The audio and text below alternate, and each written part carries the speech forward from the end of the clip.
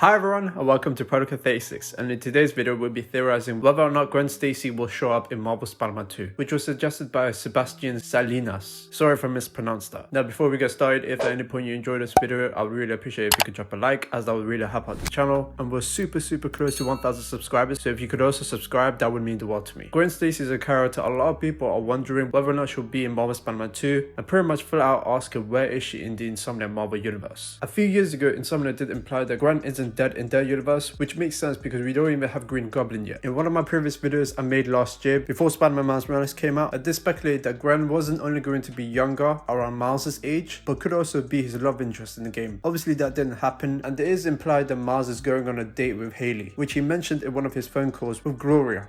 When are you coming in to volunteer, kid? Got coffee that needs pouring. Good thing I've been practicing my form. You still got a Wednesday afternoon shift? I'm meeting up with Hailey that day. Maybe we can both stop by. Ah, kid, I see how it is. Trying to look good for the ladies. I approve. Yeah, I'll keep a spot warm for you both. See you next Wednesday. See you then.